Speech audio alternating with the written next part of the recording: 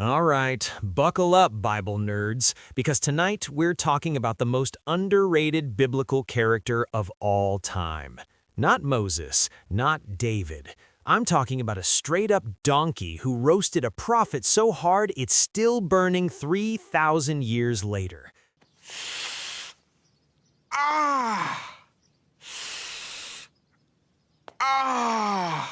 Numbers chapter 22. A donkey talked and absolutely destroyed a dude's entire career.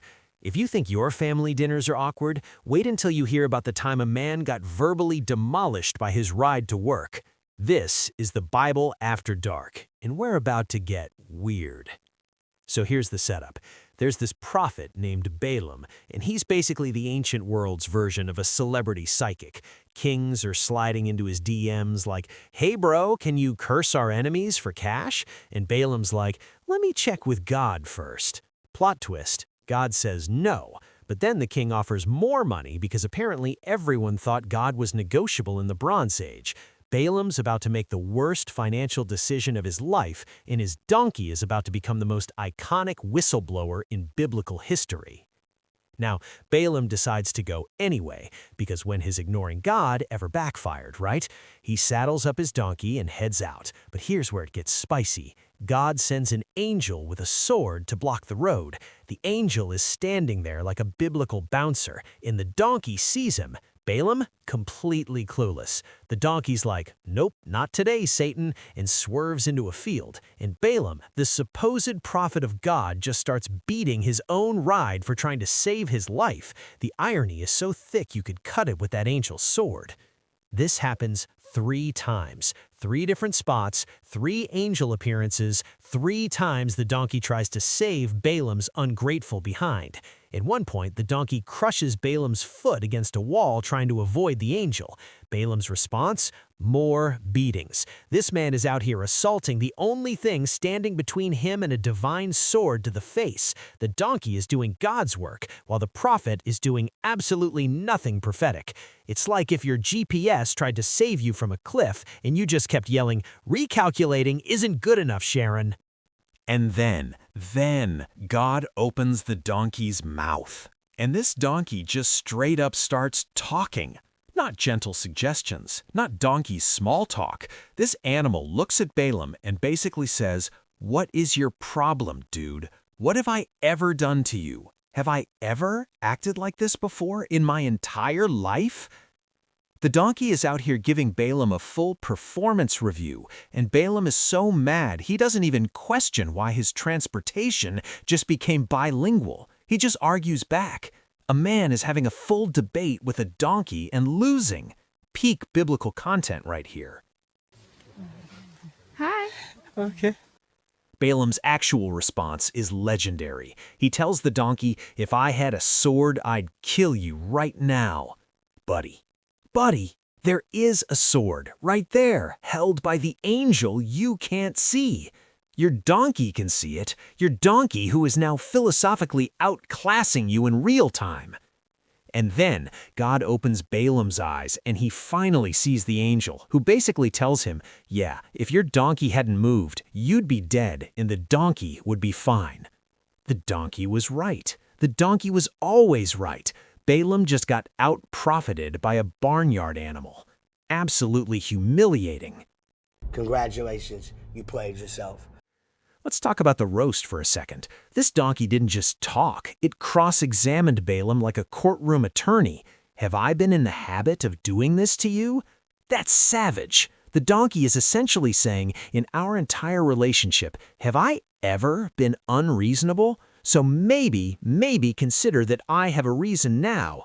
It's using logic, biblical donkey logic.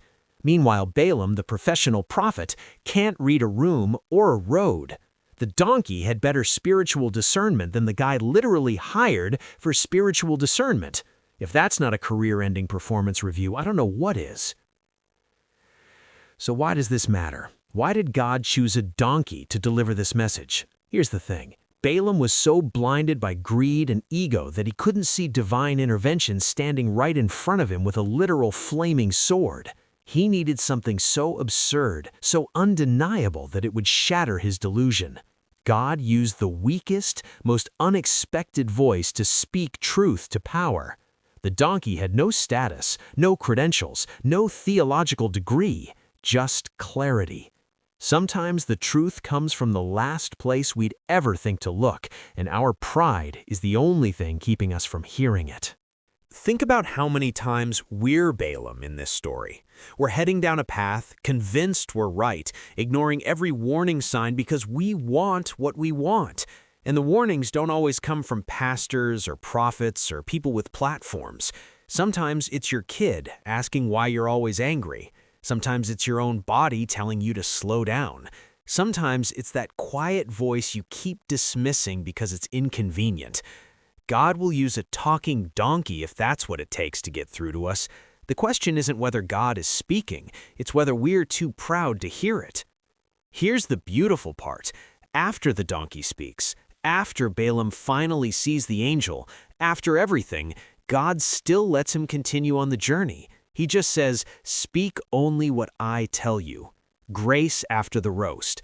Even when we're stubborn, even when we're blind, even when we get spiritually schooled by livestock, there's still a path forward. The donkey saved Balaam's life, humbled his ego, and then the story continues. That's the pattern. God interrupts our disasters, humbles our pride, and still invites us back into purpose. We just have to be willing to listen, even when the messenger is completely unexpected. Let's get practical for a second. Who's the donkey in your life right now? Who's the person or situation that keeps getting in your way, that you keep fighting against, that you're absolutely sure is the problem? What if they're actually the angel detector? What if they're seeing danger you're too blinded to notice? Maybe it's time to stop beating the donkey and start asking why it won't move. Because in this story, the obstacle was the protection, the interruption was the intervention, and sometimes the thing we're most frustrated with is the only thing standing between us and disaster. You know what's wild? Balaam is remembered in the rest of the Bible, but not for being a prophet. He's remembered as a cautionary tale about greed and compromise.